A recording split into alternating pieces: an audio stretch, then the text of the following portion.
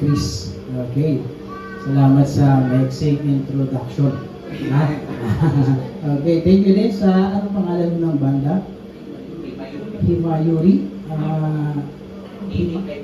Himit ay papuri. Okay, kala ko Japanese banda. Okay, okay. Mukha naman kayo mga foreigner, ha? Okay, so Himayuri. Oh, okay, welcome. Salamat sa biyaya. More songs, ha? Na i-compose nyo pa, ha? Para mailaganap natin to sa mga Grace, full Grace churches bilang sa Bulacan. At magaganda talaga ang mensahe, no? Ng purong biyaya.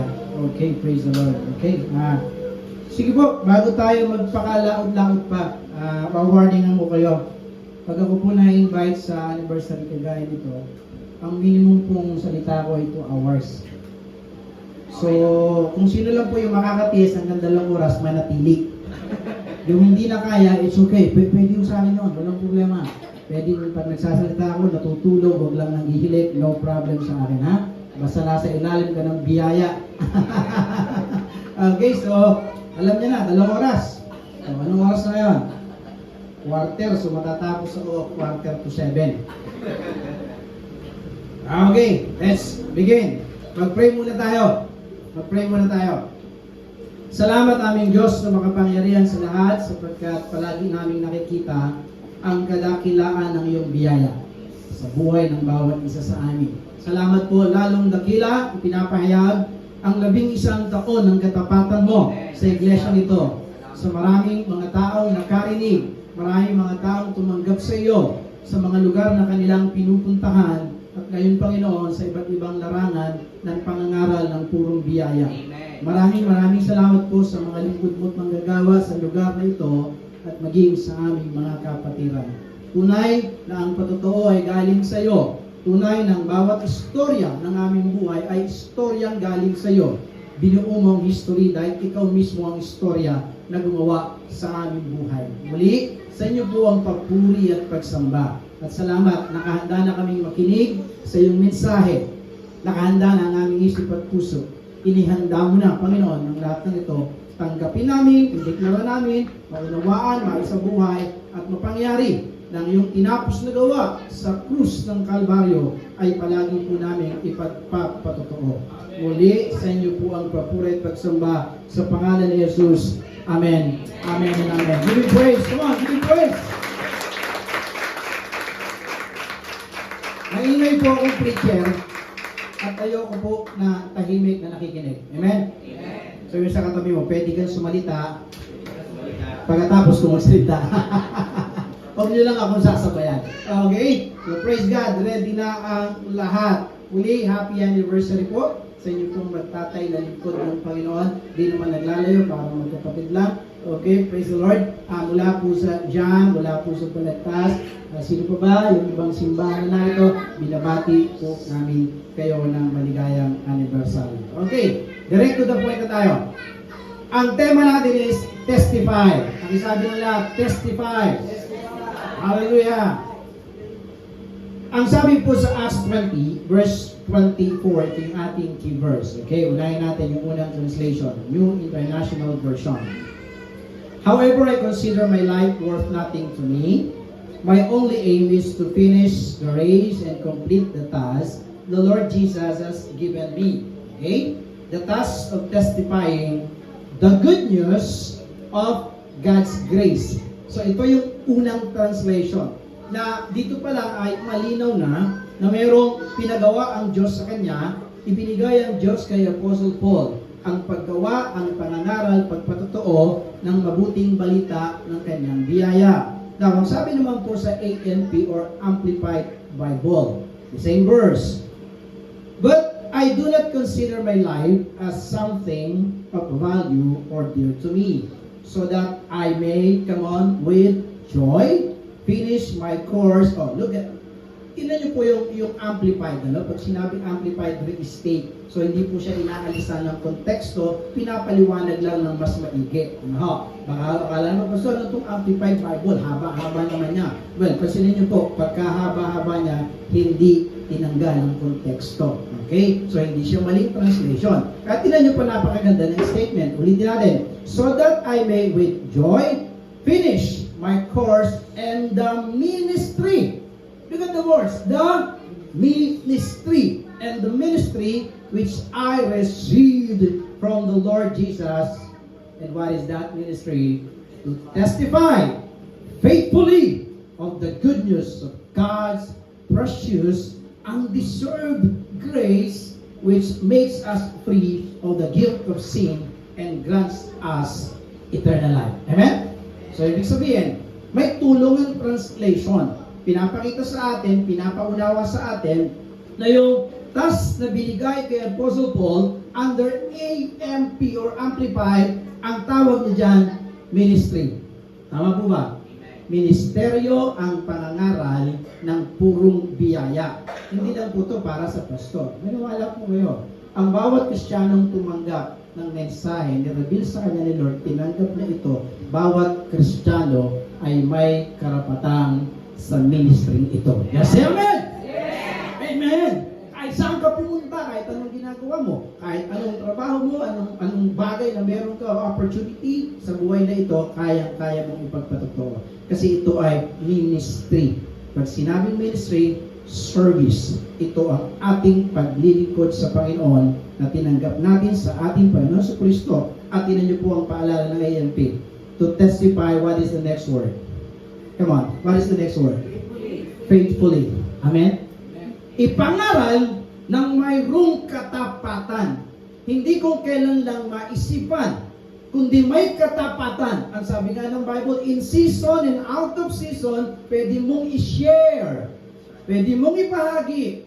Hanggat may opportunity tayo, ibahagi natin ng may katapatan ang biyaya ng Diyos ngayon at magpakailanman. Give me praise! Hallelujah!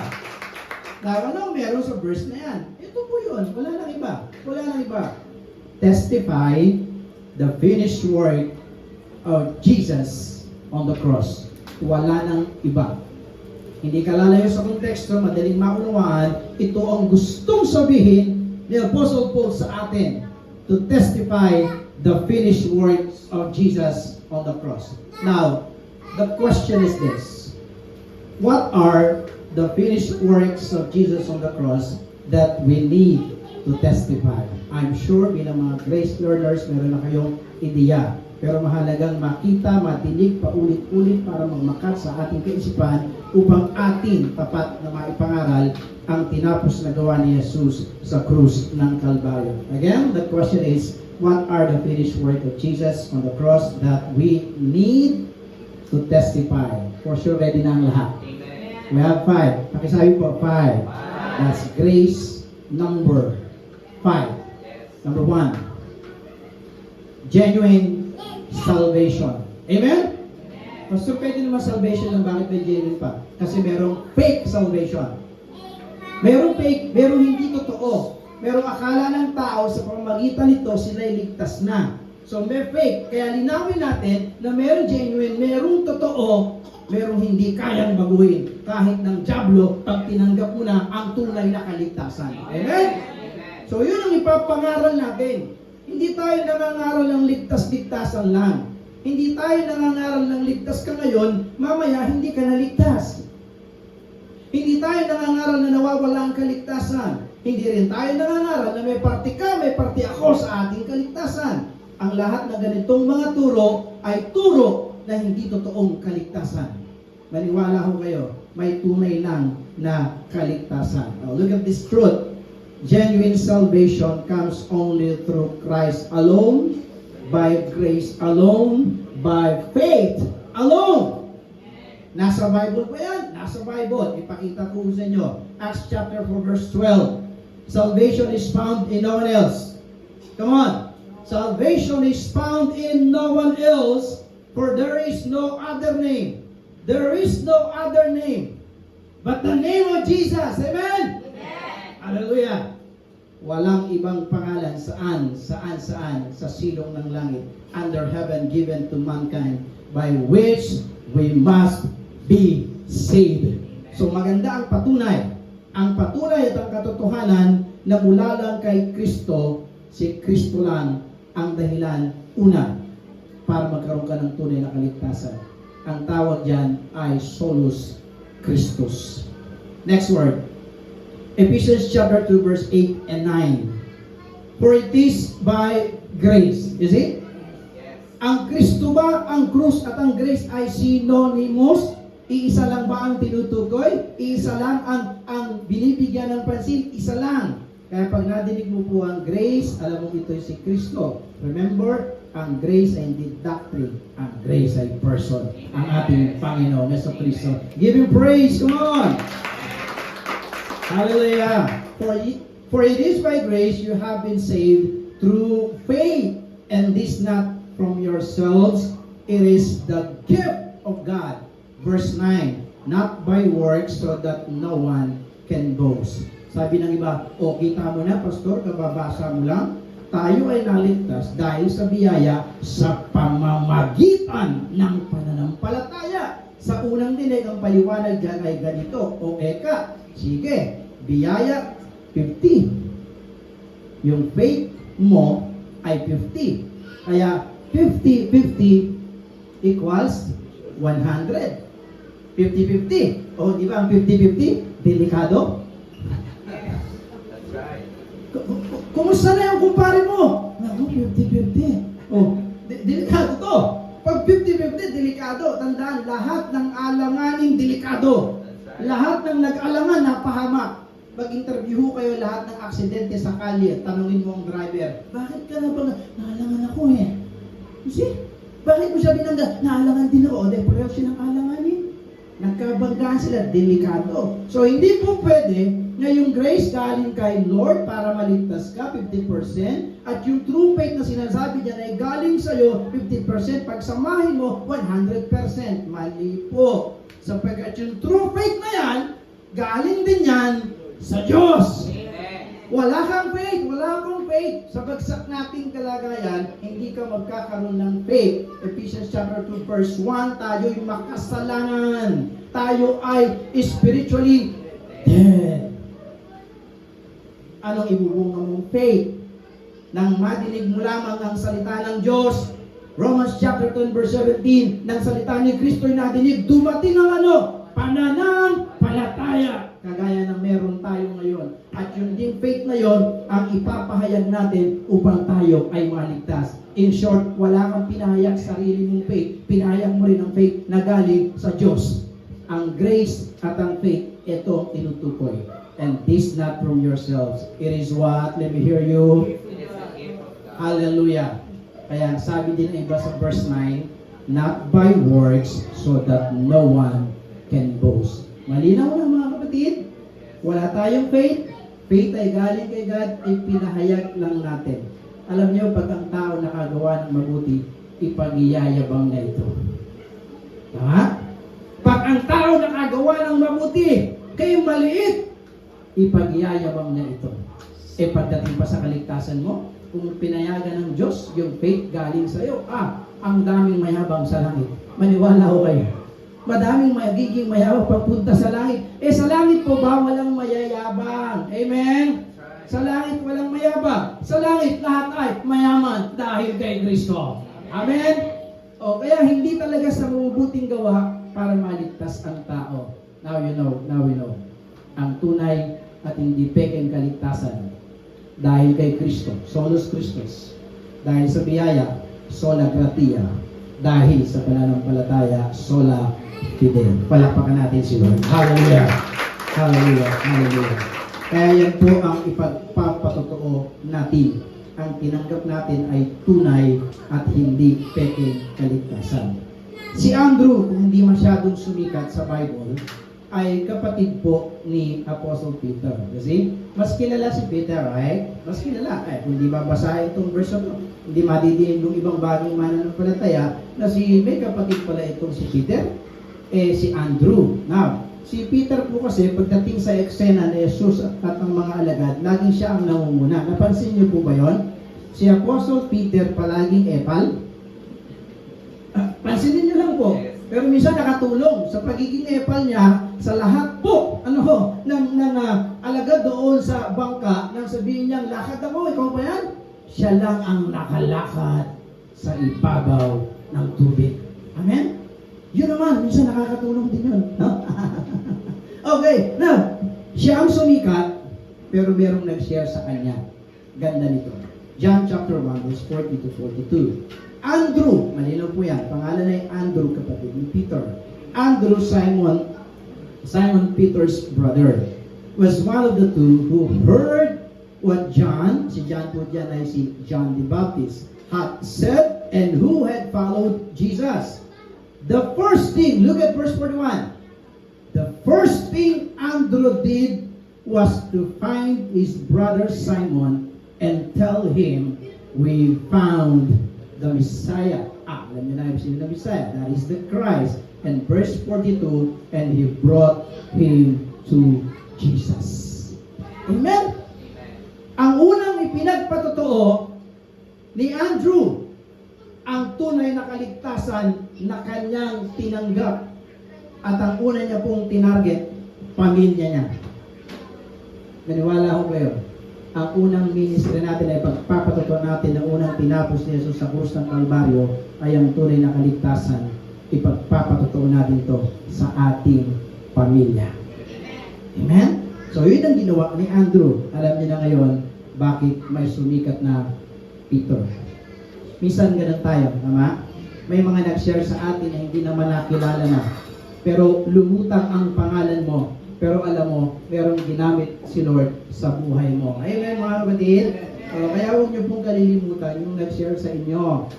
Sana po, lalo sa aming mga may edad na po, tayo po yung mga 50 pamama na hindi pa baba, pamama.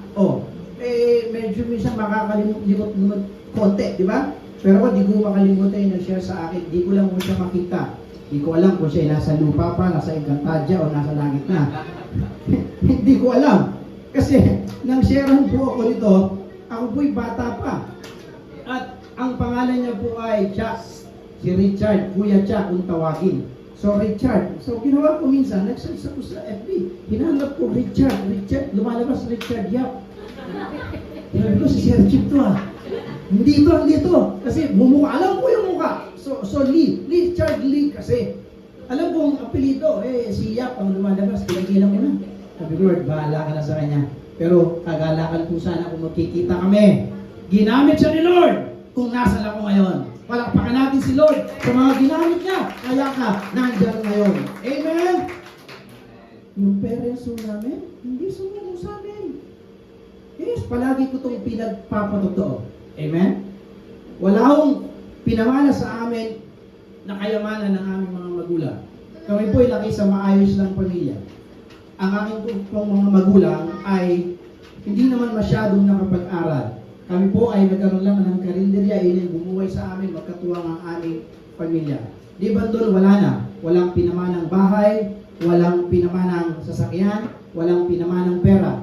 Buti na lang, hindi nagpamana ng utang. Yun yung pinagpapasalamat namin. Pero alam nyo ba, higit naman ang pangwalang hanggan na ginamit ng Diyos ang aming mga magulang, yung dali nila ang salita ng Diyos sa aming tahanan. Ay grabe mga kapatid. Isa po ako sa benepisyo niyan. Sapagkat yung Bible study na ginagawa sa aming tahanan, nandun ako. At isa nga doon, yung huling eksena na hindi ako nakalayo. Alam niyo ba, pag darating yung worker sa church, ang gagawin ko, pasok ng kwarto. Pag nadidinig ko na sa kusina, nagkakain na ng merienda, tsaka ako lalabas kasi tapos na yung Bible study. Ganyan ang ginagawa ko. Ilang beses yun. Nung pang-apat, nahuli na ako ng tatay ko. Sabi niya, saan ka na naman pupunta? Magtatago ka na naman. Pinarealize na sa akin, mali ang ginagawa ko. Bakit po? Sabi niya, anak, wala tayong kwarto. Anong sinasabi mo, magtatago ka sa kwarto? Wala tayong kwarto. Ay, wala ba? Wala. Mahirap lang tayo, wala tayong kwarto. So, naupo po ko at nakinig. Uulitin ko po, ang dakilang manang pinamana ng aming mga magulang ay ang tunay na kaligtasan. 6 po kami Kristiyanong lahat. 4 na lalaki, 3 pastor, 1 impostor. Pero sabi niya, gusto niya magpastor ngayon. 2 babae, Yung isa po ay kasama namin sa church, yung isa ay nasa isang church ng kuya ko na pastor din. Magkakatuwang po kami sa ministry. Maniwala ho kayo, ang tunay na yaman ay ang yaman na maibahagi sa inyo ng inyong mga magulang. Ang tunay na kaligtasan. Palakpakan sa Lord. Hallelujah! Huwag mahiya. Sabi ni Apostle Paul, Romans chapter 1 verse 16, for I am not ashamed of the gospel. That is the gospel of grace. Come on, God's gospel of grace yan. Now, anong reason niya? What was his reason? Come on. Because it is the power of God that brings salvation to everyone who believes. Para sa lahat ng gospel. First to the Jew, then to the, come on, Gentiles. Hallelujah. Huwag mahiya. Huwag mahiya. Maraming hindi nahihiya na isinishare nila ang buhay ng may buhay.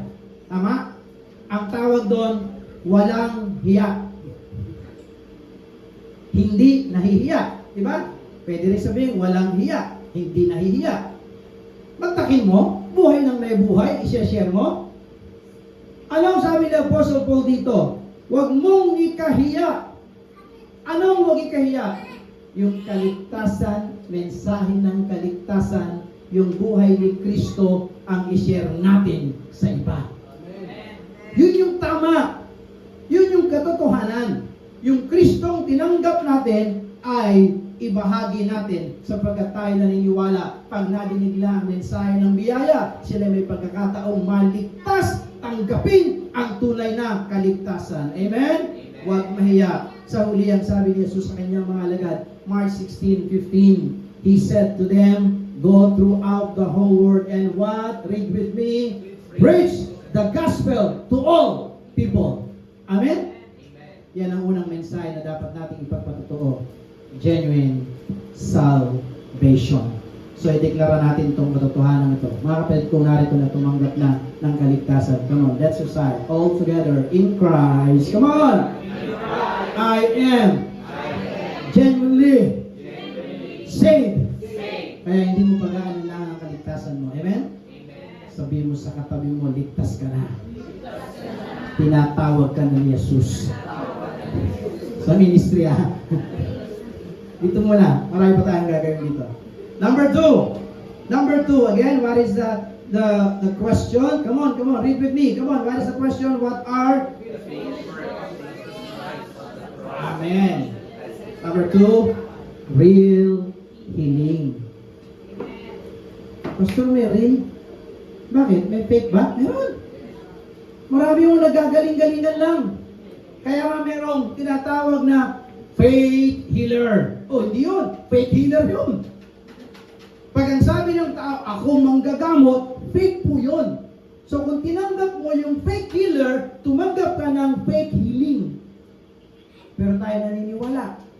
Totoo, ang manggagamot natin. Kaya ang tinatanggap natin ay totoo ring kagalingan. Amen? Tandaan natin to. Nang tanggapin mo si Kristo, ikaw ay tunay ng magaling. Ang totoo nga niya, hindi ka lang niya pinagaling Binuhay niya tayo.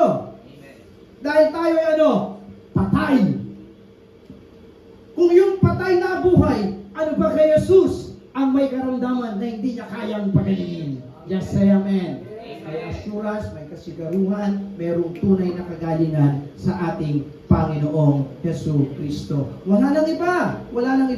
Kaya hindi na tayo lalayo sa katotohanan ito. Sa kanyang mga sugat, tayo ay magaling na! Amen! Give me praise, God! Sabi ni Nora Honor, walang himala. Ibalik mo nunal ko. Naabutan natin yan, Pastor. Oh, hindi. Medyo wala rin. Pastor Rayman, naabutan mo walang himala. Hindi. Nasa lahat na po yun Sino nakapulot ng walang himala? Ni Nora Honor. Walang himala. Kasi wala akong nagbalik ng kanyang nunal. So, hindi siya naniniwala na may himala. Nabuo kayong maniwala. Hanggang ngayon may himala. Amen! Ang Diyos ng himala ay Diyos din natin ngayon. Hebrews 13:8, Jesus Christ is the same yesterday, today, and tomorrow. Walang nabago. Ang malang ginawa niya nung panahon na yun na wala pa tayo, ay kaya din niyang gawin ngayon at sa darating pang panahon para sa mga susunod na henerasyon. Bakit?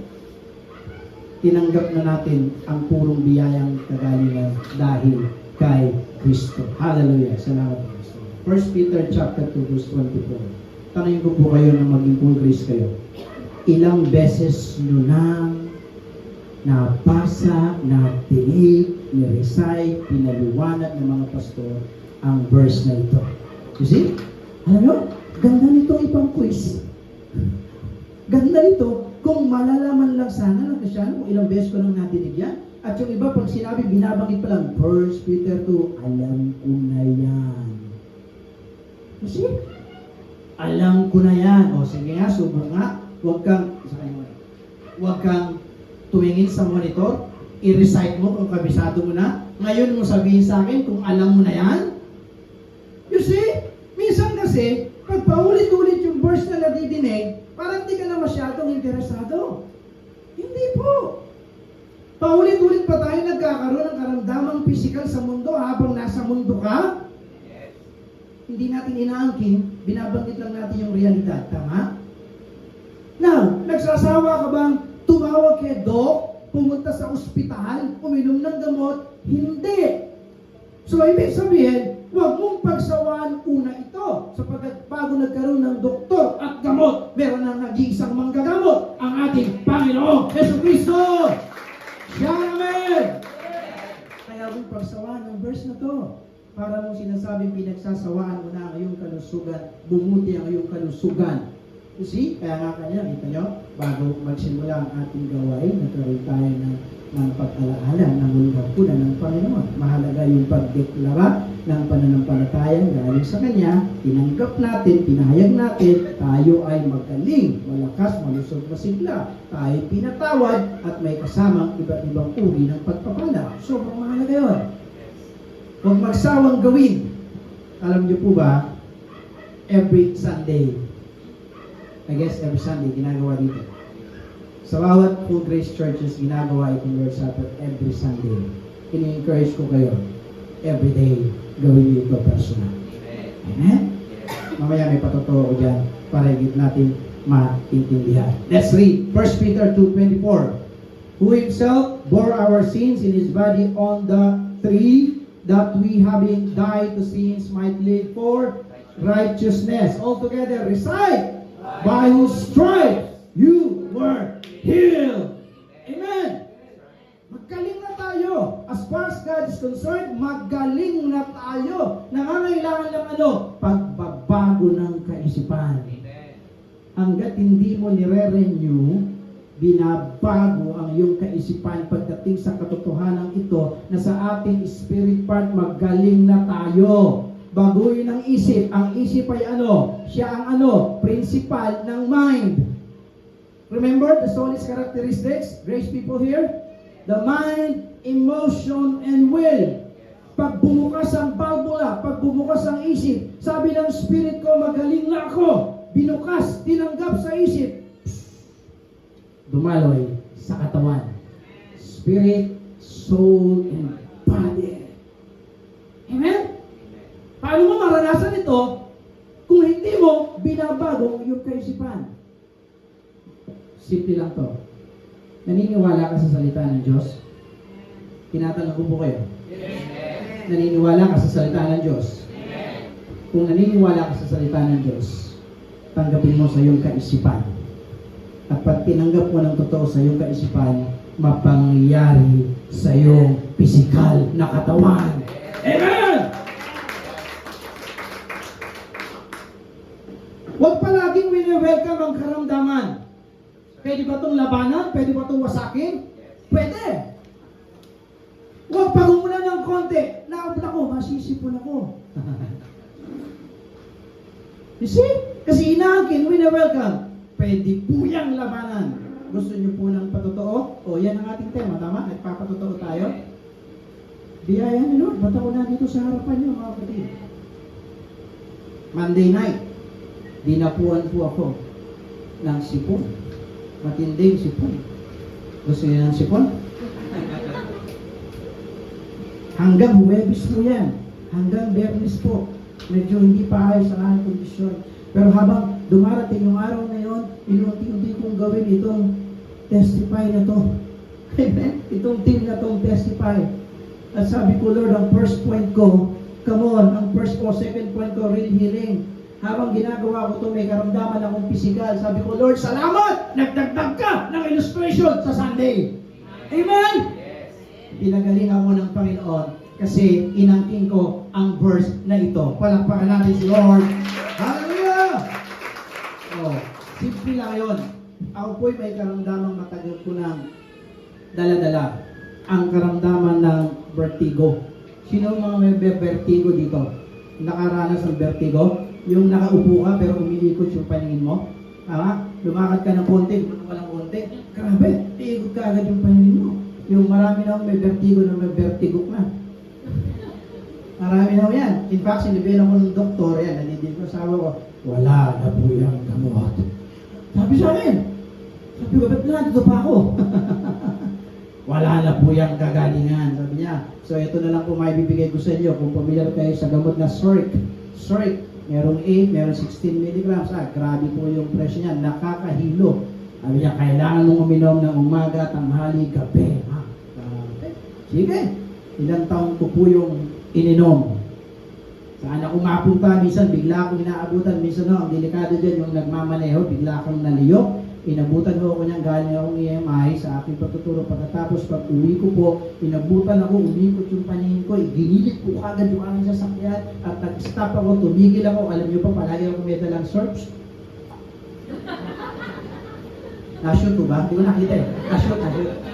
Okay. Sabi yun, maghihintay ako ng alam ito para gumana. I-clip ako sa sasakyan para hindi mo na ako pwedeng magmaneho kasi po pakiramdam ko flat yung gulong ko kung saan ako dinadala. Mahirap! Pero alam niyo ba, dumapo at dumating ang isang pagkakataon. Ang EMI Healing Convention. Nasa harap niyo po ang poster. Hindi ko winalayan. Nasa amin pa ho yan. Itigan niyo po yung date. October, tama ba? 26, 2008. 3 p.m. Sa Valenzuela City Auditorium. For more information, nakita niya? Please contact 777-444. Di ba? Yan ang ano naman ng araw. Okay? Healing Convention with Dr. Emmy Domingo. Hindi pa po siya bishop yan. Okay? You can be healed today. Nandun kami sa convention, may baon akong sword. Ito na. Lesson, si Dr. Emmy that time, si Bishop Eric po, ang tinutubig ko, hinalimbawa niya ang mamang si Bartimeus. Alam niyo po ba kapag ikaw ay downcast nung panahon na yon, ikaw ay may balabal dito? Hanggat ang balabal mo yung nakakabit dito, sino may mga balabal dito nakakabit dito? Wala? Okay, sige, tanggalin nyo na yan. Balabal dito, alam ng lipunan, ikaw ay walang silbi. Ang mamang bulag na ito, nang madinig ang Panginoong Yesus, anong ginawa niya? Unti-unti siyang tumayo, tinanggal ang balabal habang lumalapit kay Jesus. Himala ng himala, alam niyo ang nangyari. Ang mama ay gumaling sa kanyang pagkabulag. Amen? Bakit? May paniniwala. Inaksyonan. Tinanggal, alam niya sa pagtanggal nito, alam ko, hindi na ako alipin ng kabulagan. Namakat to sa isip ko, na magpipray si Bishop Emmy, kinuha ko yung shirt, binunot ko, sabi ko, hindi na kita kailangan ngayon. Ginanyan ko. Sabi ko, nagdalawang isip, sayang. Mahal. Alam niyo bang habang minamahal niya yung karamdaman, hindi kayo iiwan? May hugot. Diba? Minamahal niyo eh. Yung mahal eh. Grabe. Binaba ko. Di na kita kailangan. Tinadyakan ko, hinagingan ko kasi mahal eh. Gumanyan ako sandali at sabi ko, Lord, kagaya ni Bartimeus, dinilkar ako na ang aking kagalingan. Hindi ko na kailangan ng gamot na yun. Tinadyak akong diretso, dinulog ko, sabi ko, mula ngayon, hindi na kita kailangan. Sabi ng doktor sa labas, wala nang kagalingan to. Ang sabi ng Diyos, ako ay magaling na. Amen! Give me praise! Pangala kong di na ako makakabalik sa aking dating ginagawa. By the way, dati po akong artist ng ABS, kaya nagsara.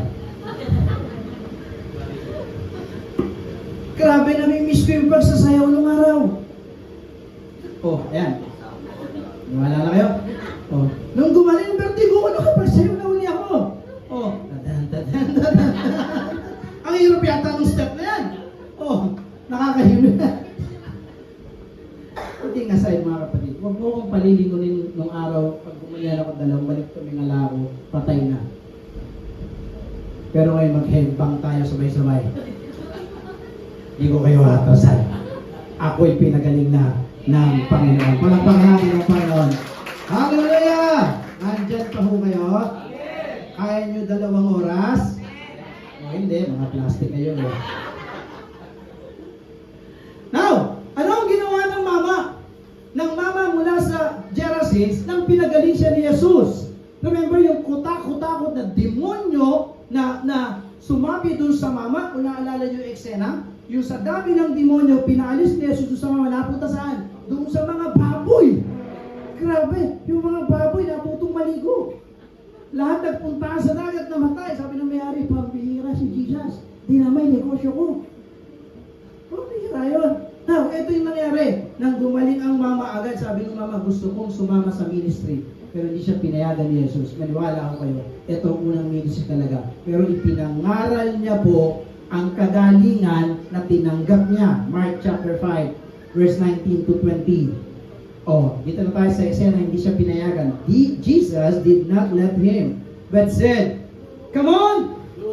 Go home to your own people and tell them how much the Lord has done for you. And look at the next line, and how He has had mercy on you.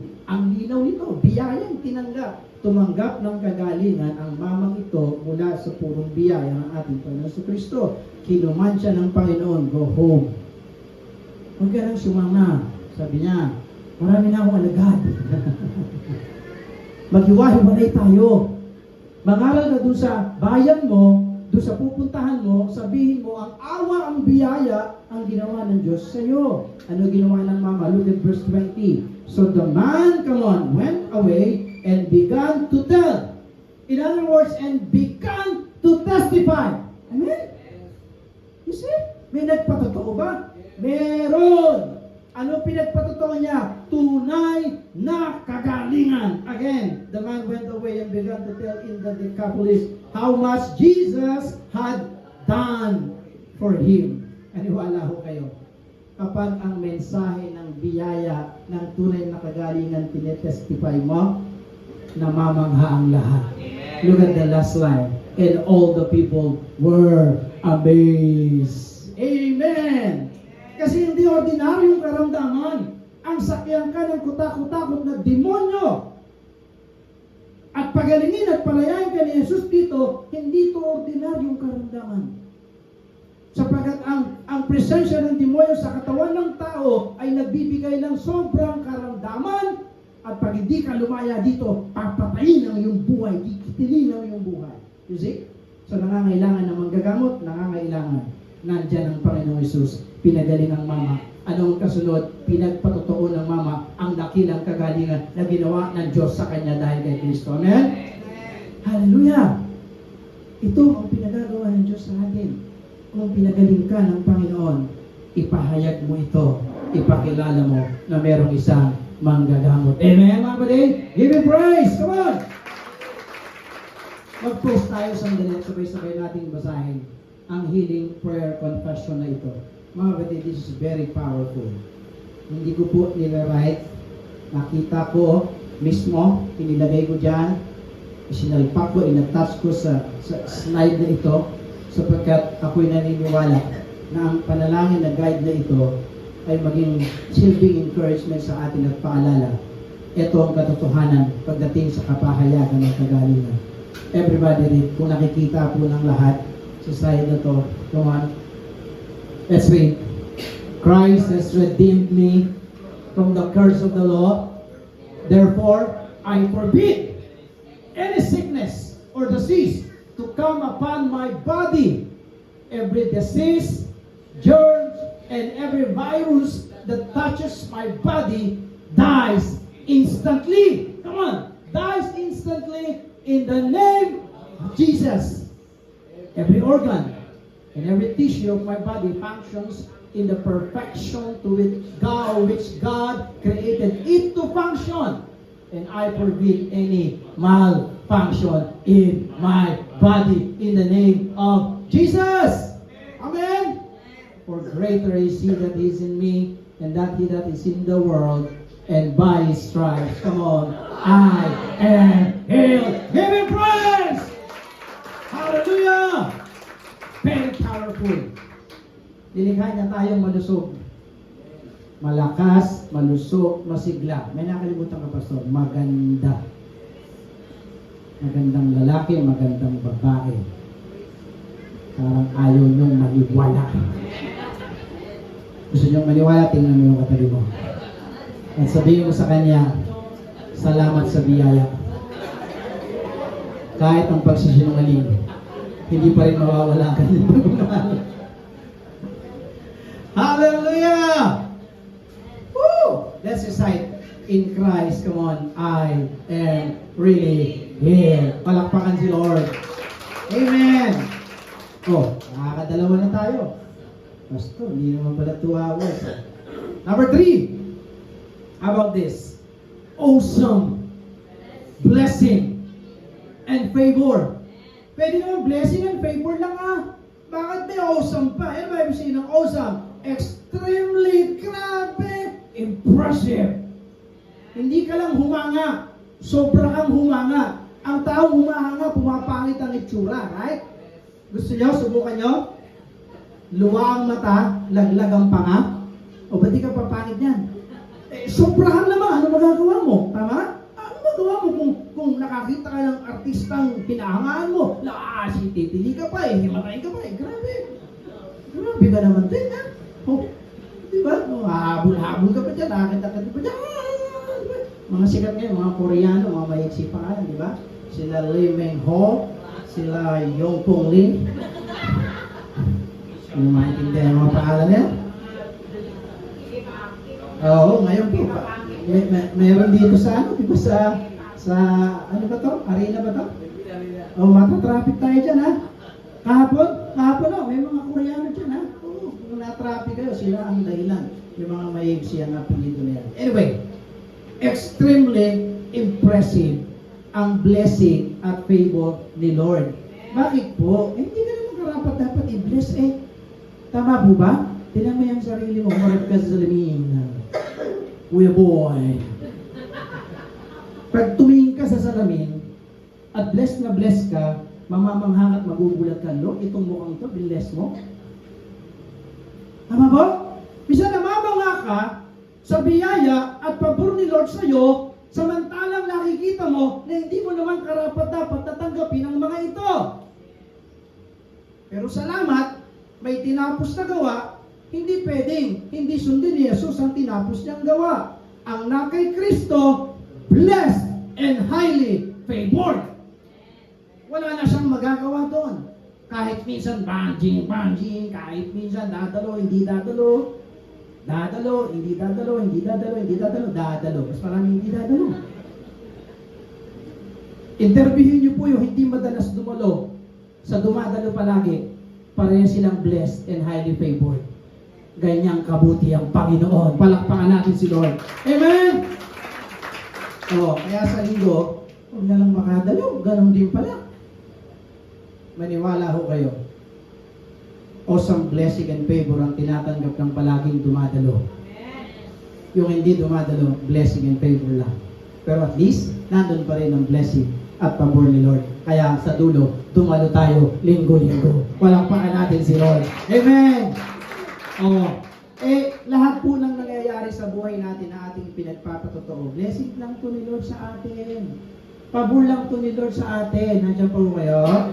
Maniwala ko kayo. Wala kang nagawa dyan. Hindi mo pwedeng sabihin, dahil sa galing ko, dahil sa husay ko, hindi ho. Lahat po ito ay pabor lang ni Lord.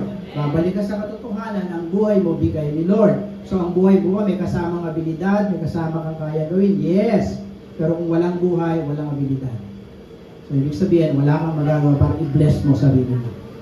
Tanging ang Diyos lang ang nagbigay sa atin ito. Ulitin ko po, lahat ng magiging posisyon mo sa buhay na ito, blessing lang ni Lord. Gusto niyo yung testimony? Oo naman, huwag kayong hindi kasi yan ang ating team. Okay? Nang tawagin ako ng Panginoon. Okay? Alam niyo ba, ang youth pastor po ako nagsimula. By the way, naging worship leader din ako dati, ha? Nung panahong, anong pangalan mo, sir? Angelo. Ganyan ako kagwapo nung araw. Ilang taon ka lang yan?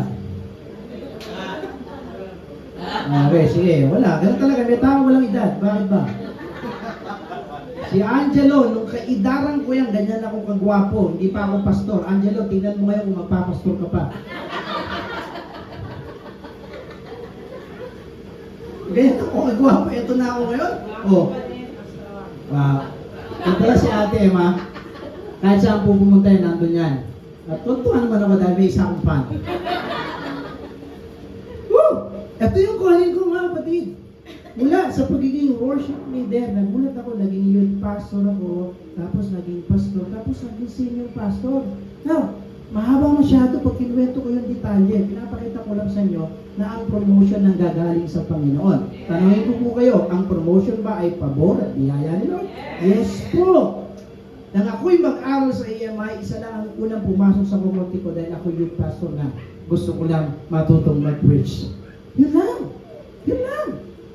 Ang una kong ginawang subject yung preaching and communication dahil youth pastor na ako noon, pinayagan ako ni Bishop. Sabi niya, pastor, mga pastor lang po pinapayagan ko. Pero yun pumasok ako, 4th year, grabe, mga kapatid. Nilampasan ko yung 4th, 2nd, 3rd. Mga nakaligo sabi, ba't na po 4th year yung sabi ko? Sabi ko, di ko alam.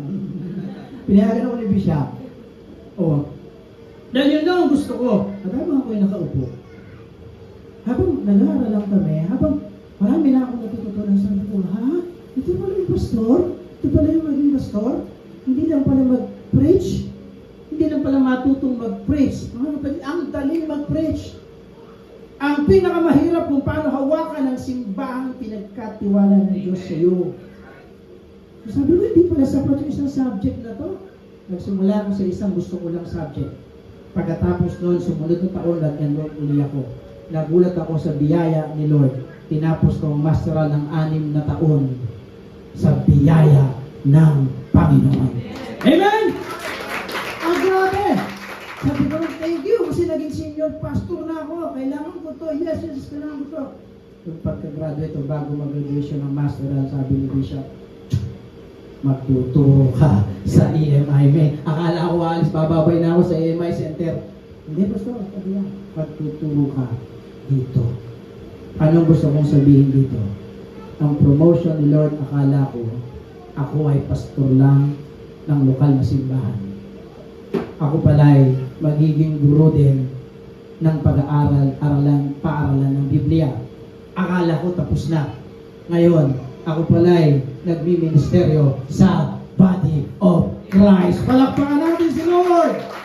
Ang tawag ko po dyan, blessing and favor. Mali ako. Ang tawag ko dyan, awesome blessing and favor. Sino ako? Ang dami yung nagsasabi dyan, magpapasok ka. Lahat po nang nanggaling dito sa worship team. Okay? Karamihan, hindi ko maintindihan. Bakit sa dulo nagpapastor? Jello. Tingin ka sa akin. Pastor, dati ka nagpapakanta? Tinanggal po nila. Kasi nga, nilagay ka na sa bato, pastor. Jello, pag tinatanggal ka na ng grupo, alam mo na. Ang dami dito. Nagugulat ka na lang kasi ang Diyos ang naglalagay sa'yo. You see? Huwag mong tatanggihan ang pagpapala at pabor. Huwag mong tatanggihan ang mga di ko kaya. Ano kasi April Fool? Di ko kaya. Hindi ho. Hindi ko talaga kaya. Hindi ko nga kaya eh. Pero pag si Lord nagbigay, makakaya natin. Dahil yan ay biyaya at pabor na nakamamangha para sa atin. Amen! Isa pa, bago mag-point number 4. Ang pangarap ko po sana talaga ay maging isang arkitekto. Yes po. Kasi elementary pa lang ako, na-discover ko na meron akong inborn talent na tinatawag. Kaya kong mag-drawing, kaya kong mag-paint. Grabe, nag-drawing ako. Bata pa lang ako, sabi ng mga kaibigan, architect ka, architect. Sige. So, hindi na ko nalayo sa isipan ko yan.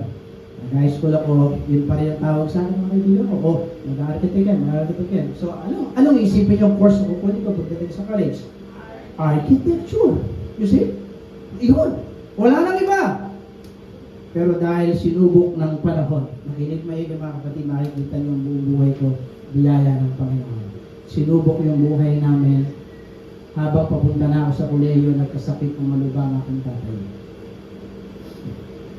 Nung magsakit siya ng malubha, unang taon, okay pa yung pag-aaral ko. Pero nanotice ko ng huli, yung bibig niya sa akin ng gamot, binibigay niya sa aking pambaon. Diyan lang po sa BSU. Okay?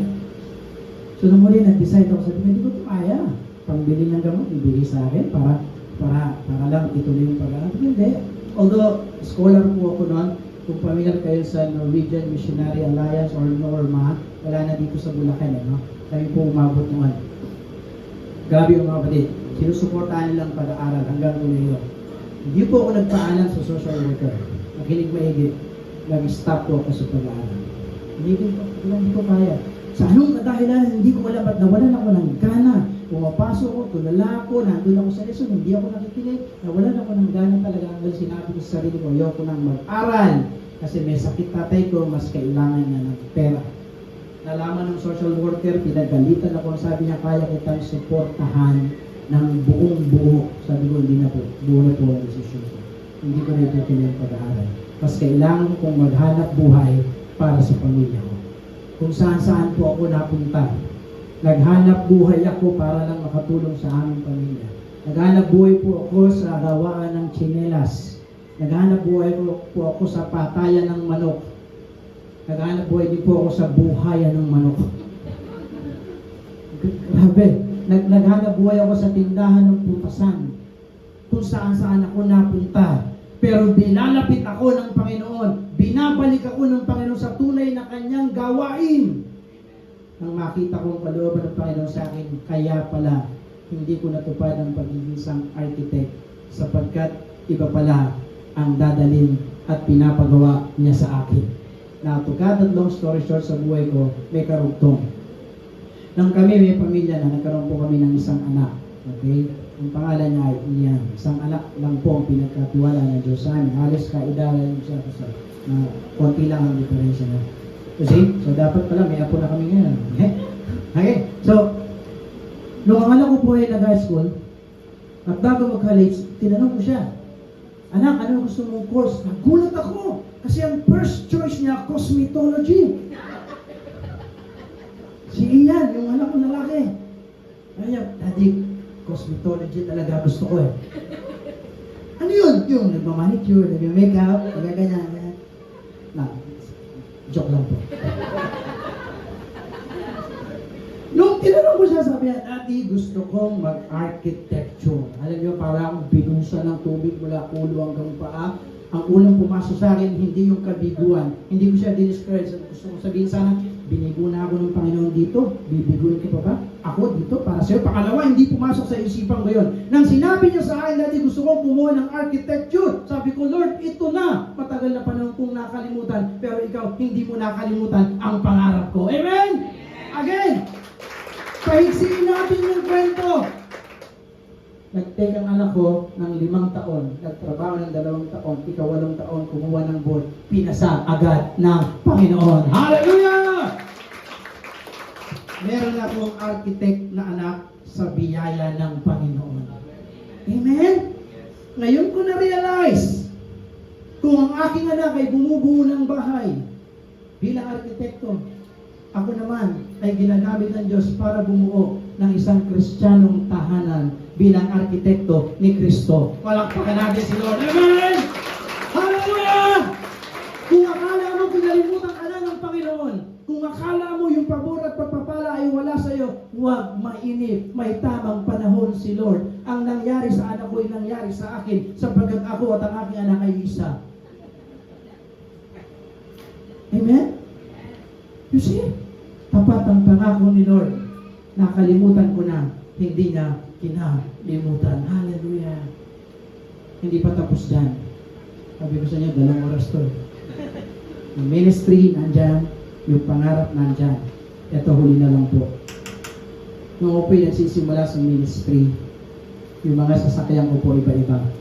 Okay? Ang tawag ko dyan, awesome blessing and favor.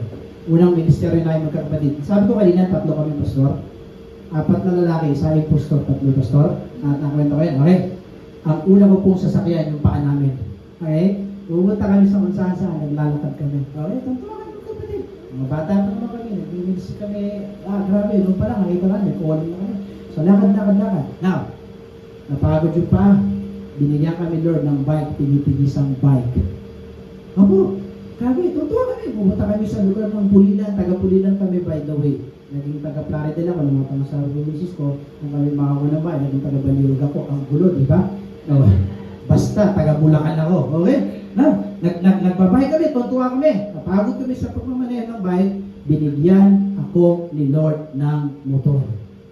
Kami din, binigyan. Nung sa motor na po, may mga asawa na kami, hiwa-hiwalay na kami ng ministry. Isa sa Cavite, isa sa Pulilan, ako sa Plaridel, tinawag. May motor po, hindi ko makalimutan. Pag umandar po yun, 120. Grabe ang andar ng motor ko na yun. Pag sinakyan ko, anista ko.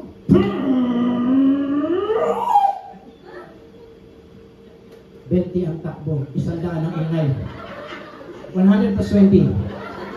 Sagutin mo ako, 100 plus 20. 120, o ito? 120 takbo nun. 100 ang ingay, 20 ang usad. Pag tumadaan ako mga kapatid sa may ministryan ko, hindi pa ako nangangaral, nagtitingin na, ano yun? Ano yun? Anong nangyayari? Parang may bumberong dumarating. Grabe po yung motor na hindi ko makalimutan ng 120 na yan. Grabe po yan. Ginamit niya ng Panginoon sa mahabang panahon ng pagmiministeryo. Hindi o, Kawasaki. Wasak na. Wala na. Grabe po. Nandiyan po kayo mga kapatid. Alam ko, nakaka-relate kayo sa kwento ko paano kayo pinapaunlad ng Panginoon sa buhay. Amen? Nagamotor ako, 120 yan daw. Alam niyo ha? Alam niyo na, yung pagkakahati ng 120. Okay. Nagkaroon ako ng owner type Jeep. Meron pa ngayong owner type Jeep, tama? Meron pa. Yun yung merong tolda sa ibabaw. Trivia. Nung binigay ni Lord yung owner type Jeep, una kong pinuntahan ng mga outreach, Santa Maria. Yes po, hindi ko na lang talaga maalala yung lugar. Santa Clara, ayun, buti, alam mo, Mrs. Nag-mission mo kami dyan, may malaking simbahan na niya, iniwan ko na, bahala na sila. Pero yung owner ang dala mo namin para mag-mission doon. Alam mo ba, yung owner na yun, pag kumandar, ayaw huminto, pag huminto, ayaw mandar. Alam niyo ba yung owner na yun, pag umulan, may wiper, umaandar ng 5 beses, biyaya ni Lord. Pamaya, wala na, nakagano na, ano gagawin ng misis ko?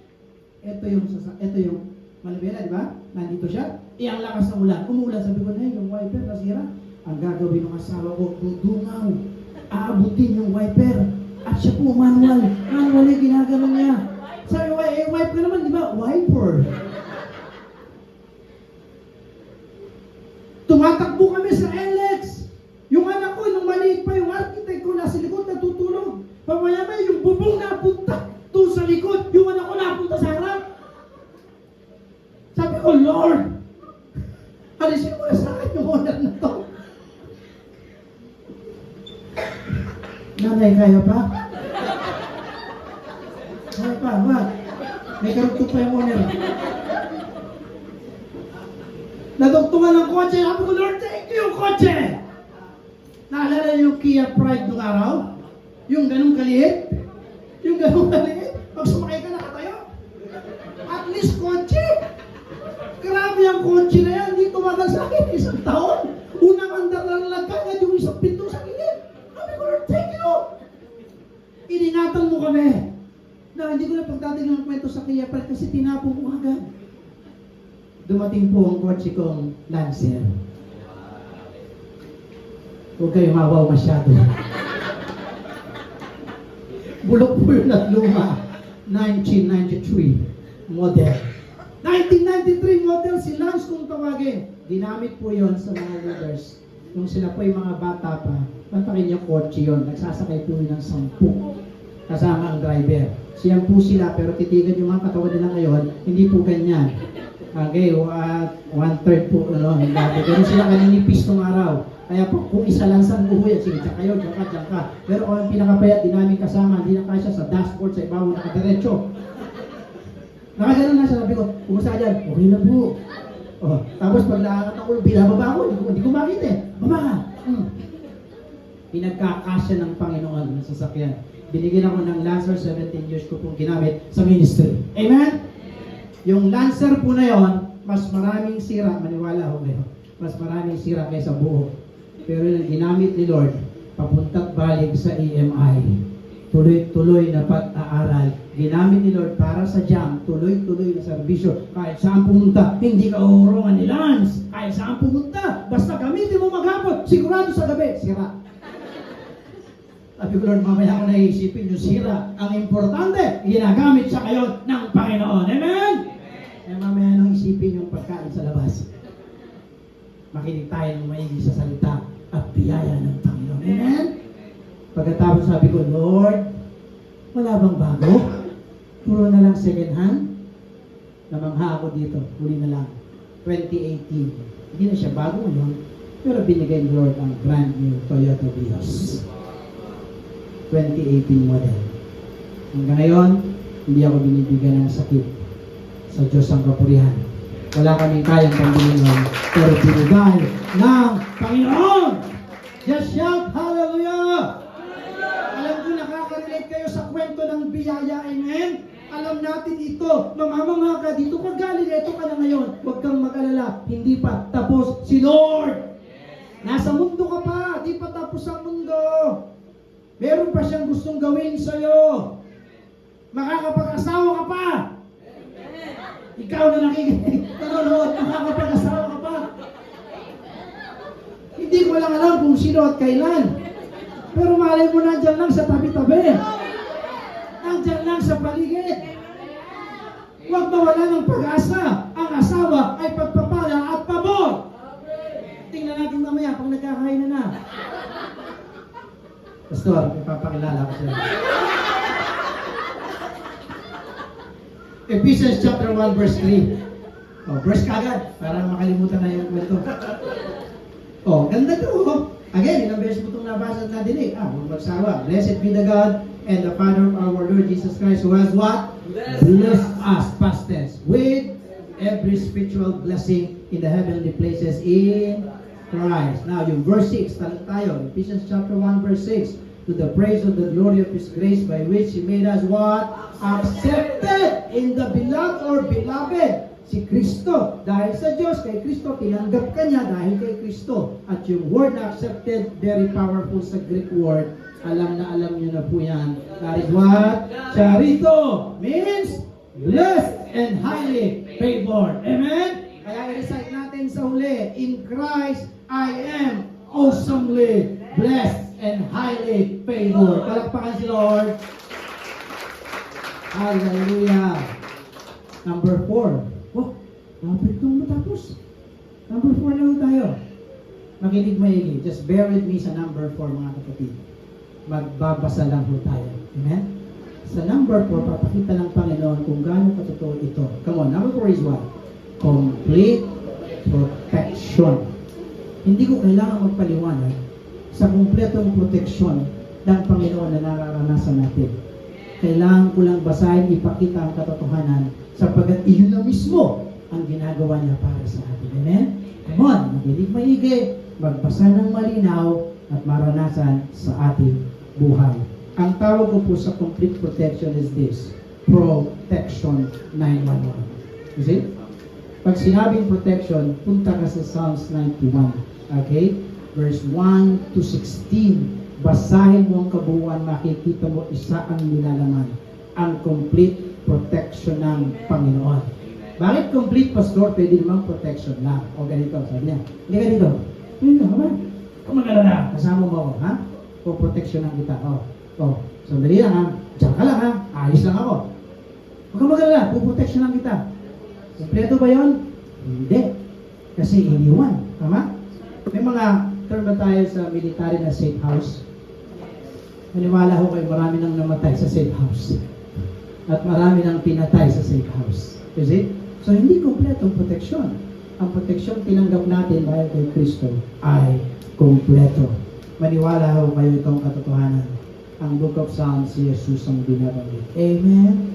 Sa kabuuan ng Biblia, si Jesus ang binabanggit. Kaya yung protection na to, ating Panginoong Jesucristo. Just read with me. Come on. Psalm 91 verse 1. Those who live in the shelter of the Most High will find rest in the shadow of the Almighty. Grabe. Ang siyang naghahangad ng pagkukup ng kataas-taasan at nananatili sa kalinganan makapangyarihan. Bago ibigay ang susunod ng mga versikulo, nasa kalinga ka na ba ng Ama dahil kay Kristo? Amen. Nasa Kanya na ba at nasa iyo ng proteksyon dahil tinanggap mo si Kristo? Amen. Ituloy natin. Ito ang maganda. God's complete protection provides, number 1, place of safety. Place of safety. Psalms 91 verse 2. This I declare about the Lord. He alone is my place. He is my God. Amen. Meron ba yung kaugnayan sa New Covenant? Meron. John 14:23. Jesus answered and said to him, if anyone loves me, he will keep my word, and my Father will love him. And we will come to him and make what? Our home with him. There's no place like home. Kung ginawa ka ng tahanan ngayon ng Diyos, alam mo, ligtas ka sa tahanan ito. Amen? A place of safety, number 1. Number 2, relaxing embrace. Meron bang embrace na hindi nakaka-relax? Meron ho. Subukan mong yakapin ka ni Incredible Hulk, ni Batista. Sino pa ba yung mga malalaking katawan na yayakapin ka? Hindi ka ma-relax. Dudurugin ang katawan mo. You see? Kaya iba ho yun. Meron relaxing embrace. Kung ikaw ay anak na niyayakap ng magulang, alam mo yun. Amen? Kahit anong masakit sa iyo, bakit ba ganun pag niyakap ka ng mahal mo, nawawala, nare-relax ka. Mahal tayo ng Diyos. Ang pagyakap niya ay nagbibigay sa atin ng relaxation. Verse 4. Psalm 91 verse 4. He will cover you with His feather. Come on, that's embrace. Come on. He will shelter you with His wings. His faithful promises are your armor and protection. Hallelujah. Hindi naman siguro kayo bulag sa mga manok at may mga inakay. Alam nyo na yung mga kiti nagtatago sa ilalim ng mga pakpak ng kanyang inahin, tama? Nung bata ako, gulat na gulat ako. Kala ko may ginagawa lang kung ano, nananahimik yung inahin, nakaganon siya, nakaganyan kanyang mga pakpak. Nakagulat ako ng mga ako, nang itaas niya, 20 ang lumabas. Kabila, tig sa 10. Na-realize natin ito, mga kapatid? Kung paano ka niyayakap ng Panginoon at pag-iyakap ka ng Panginoon, alam mo, protektado ka! Amen!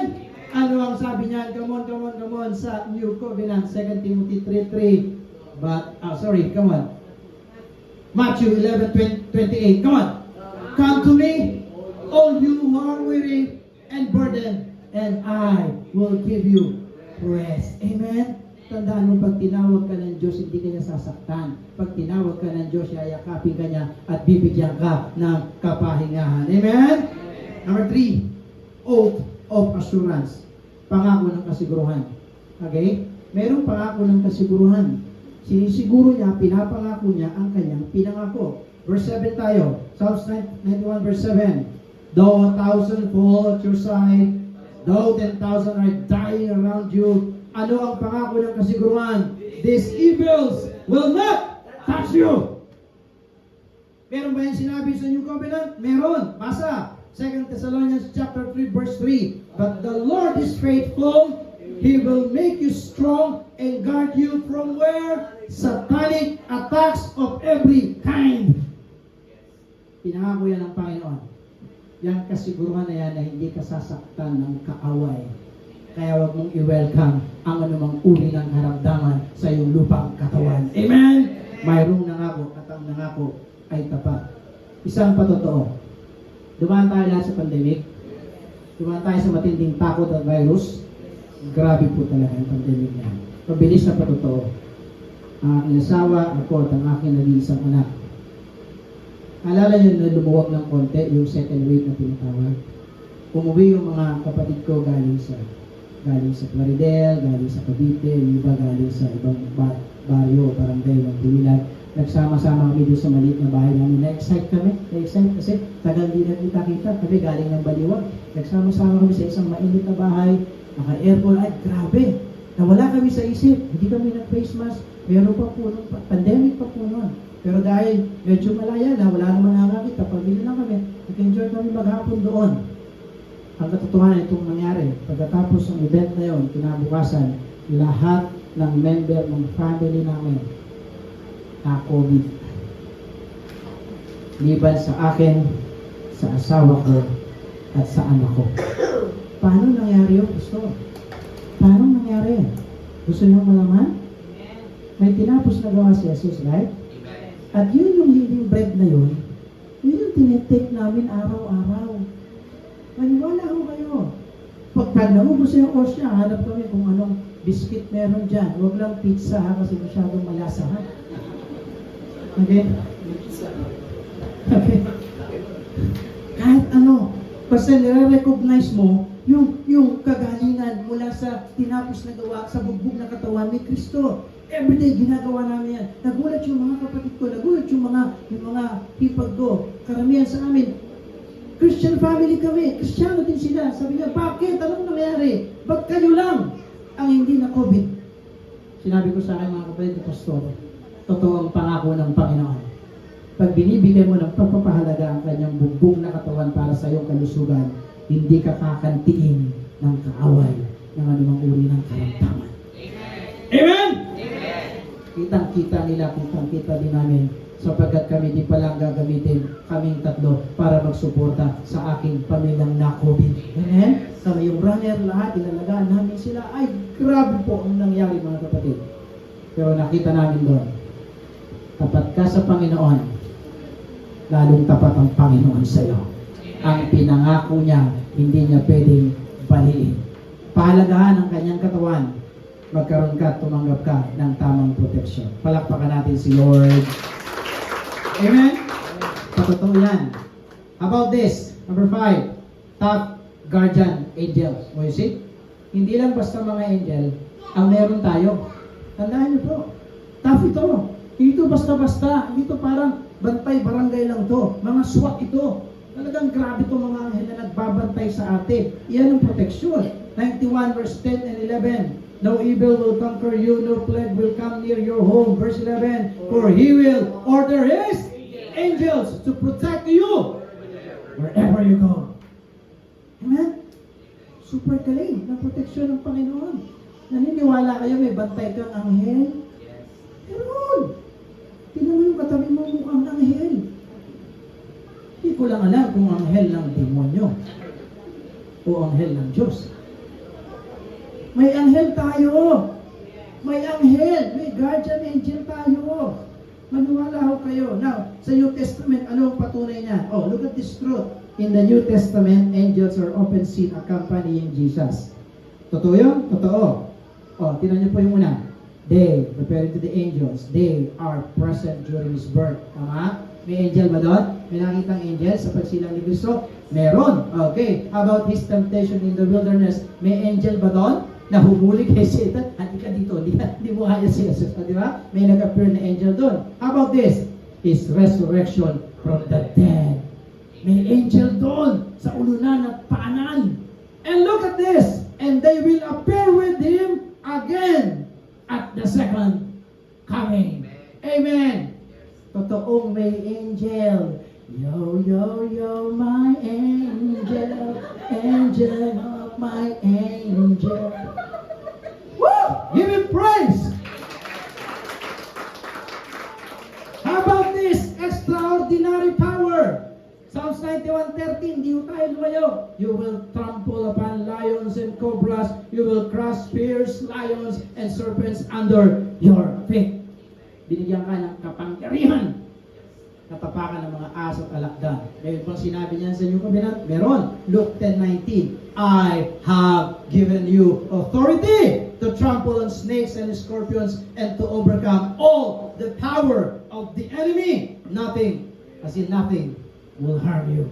Amen? Anong tawag mo dyan? Extraordinary power. Iyan ang protection na binigay ni Lord. How about this? Dalawa na lang. Companionship of His presence. Yung pagsama ng Kanyang presensya. Remember, ginawa tayong tahanan ng Diyos. Sa New Covenant, we are the new habitation of God. Sa Old, makikita lang siya sa tabernacle. Okay?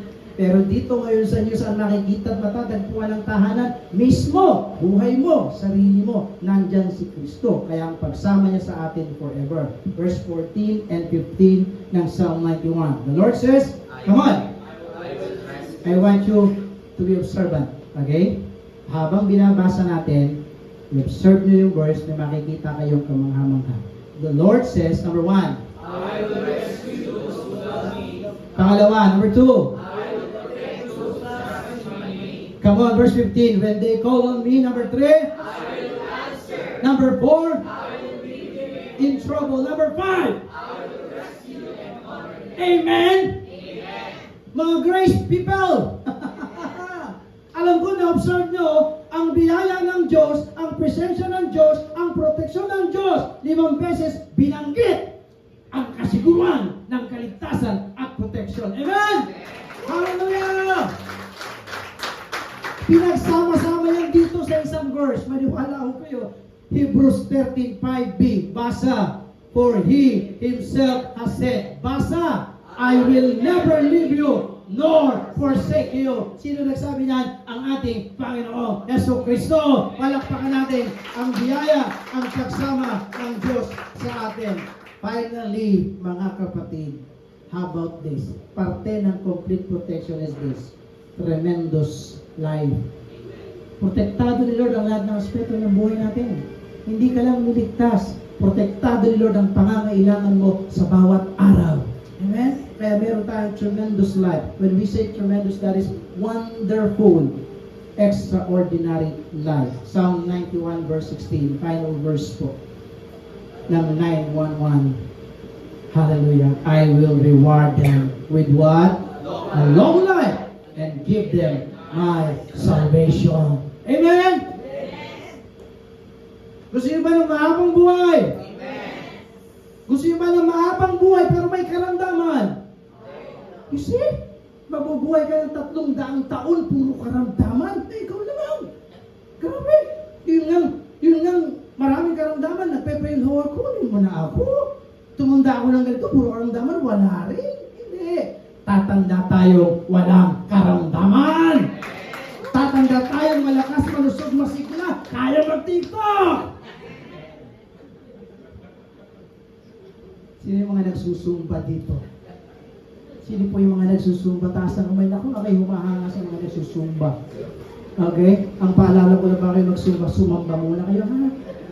Samba muna bago sumba. O anong sabi ng New Covenant patungkol sa konteksto ng long life and abundant life? Come on, John 10:10. The thief's purpose is to steal and kill and destroy. Basa po lahat itong purpose ni Christ sa atin. My purpose is to give them a rich and satisfying life. Amen? May kasiguruhan palagi sa New Covenant. Hindi mawawala. Complete protection yan. Tingnan natin. Ang keyword is what? Protect. Wala nang iba. Madaling tandaan.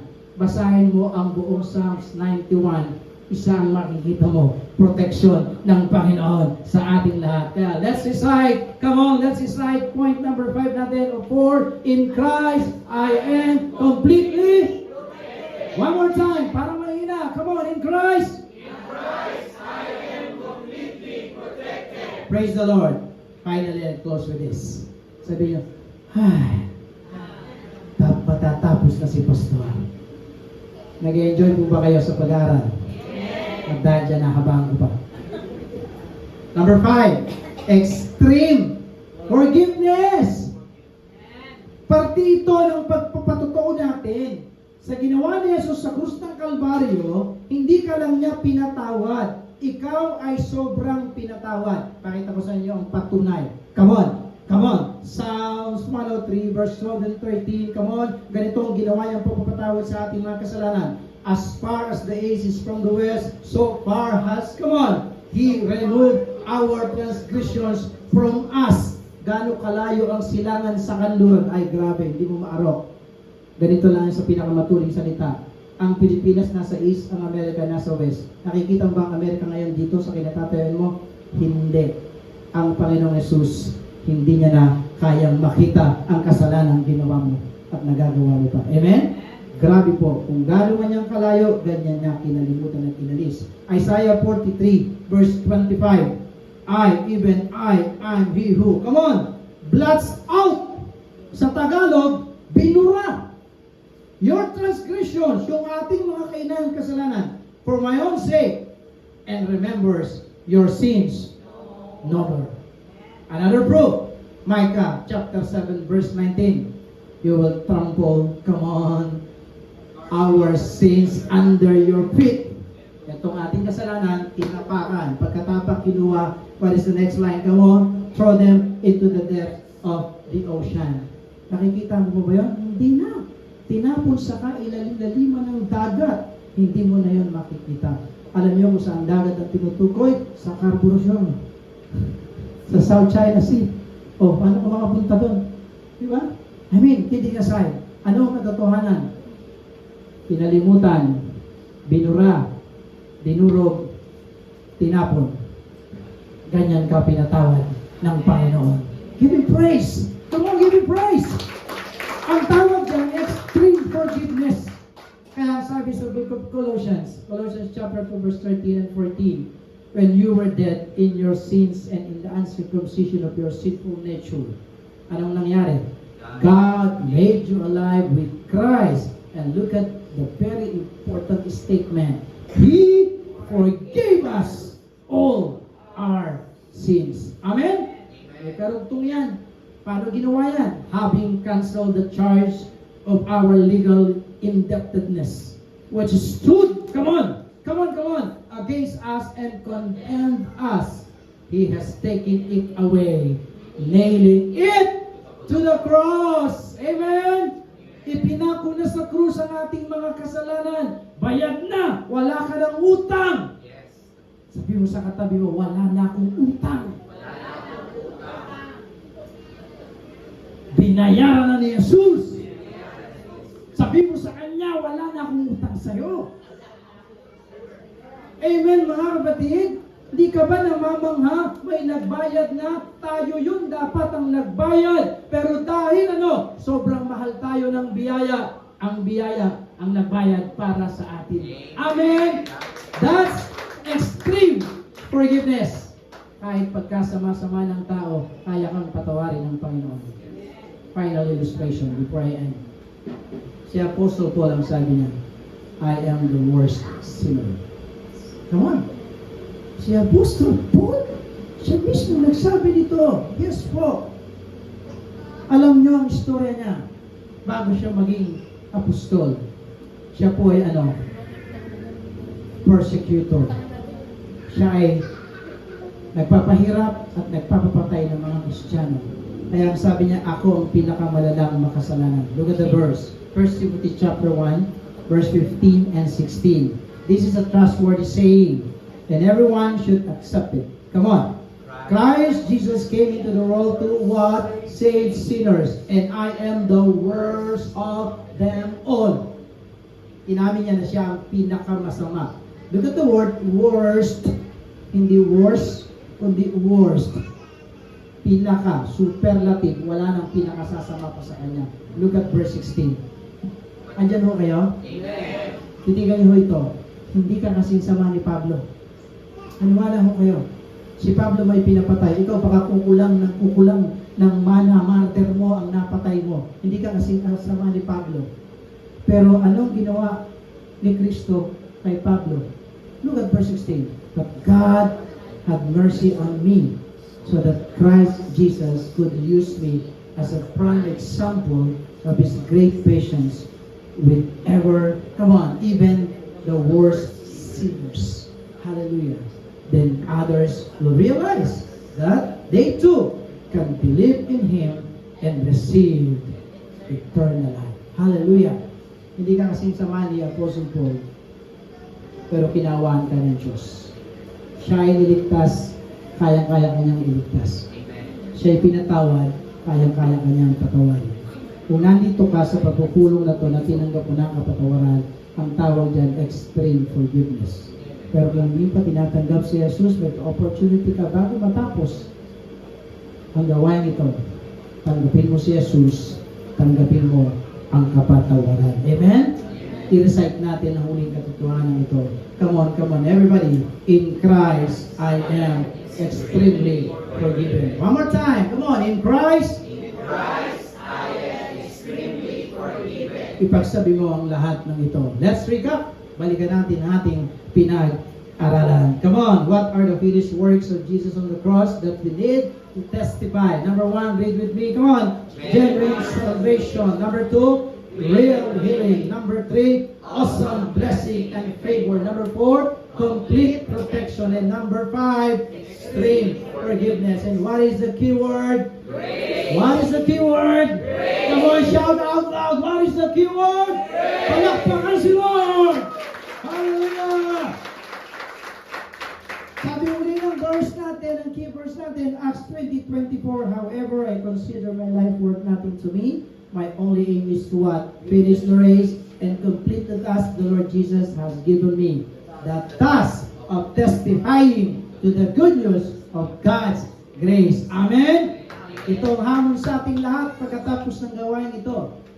Pastor, mga kapwa ko pastor, ang tema ng anibersaryo hindi pa isang linggo lang. That's right. Ang temang inilagay ng Diyos sa inyong mga puso ay tema sisimulan mula ngayon hanggang patuloy na tayo pinagkakatiwalaan ng gawain. Amen? Ang ganda ho ng date ng anniversary nyo. 8 days before Christmas. Kabilang niyo yan? 8 days before Christmas. 8 araw na lang, 8 days to go. Pag nakatulala kayo, mahina kayo sumat, no?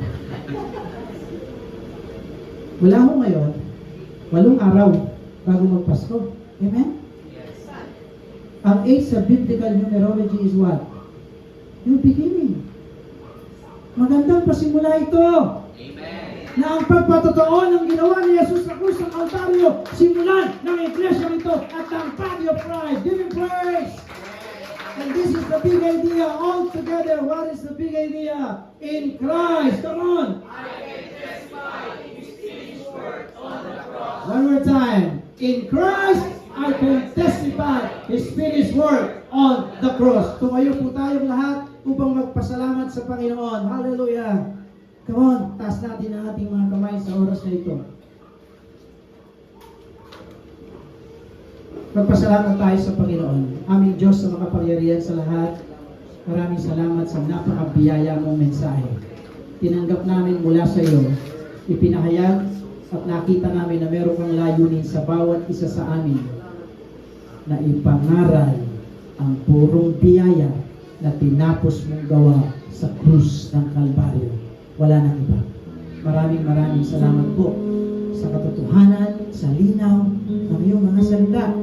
Pinagpala mo kami lahat. Salamat, hindi lang kami nabusog. Pag nabusog kami, dumitighay. Pag nadighay kami, nadidinig at naaamoy ng kapwa namin. Hayaan mong idighay namin ang pagpapalang tinanggap namin upang madilig nila ang nangyari sa amin. Maraming salamat po sa biyaya ng tema ng iglesia nito. Muli, Panginoon, sa iyo po ang papuri, sa iyo po ang pasalamat, sa iyo po ang pagsamba. Walang ibang itataas kundi ang iyong pangalan ngayon at magpakailanman. Sa pangalan ni Jesus, tayong lahat ay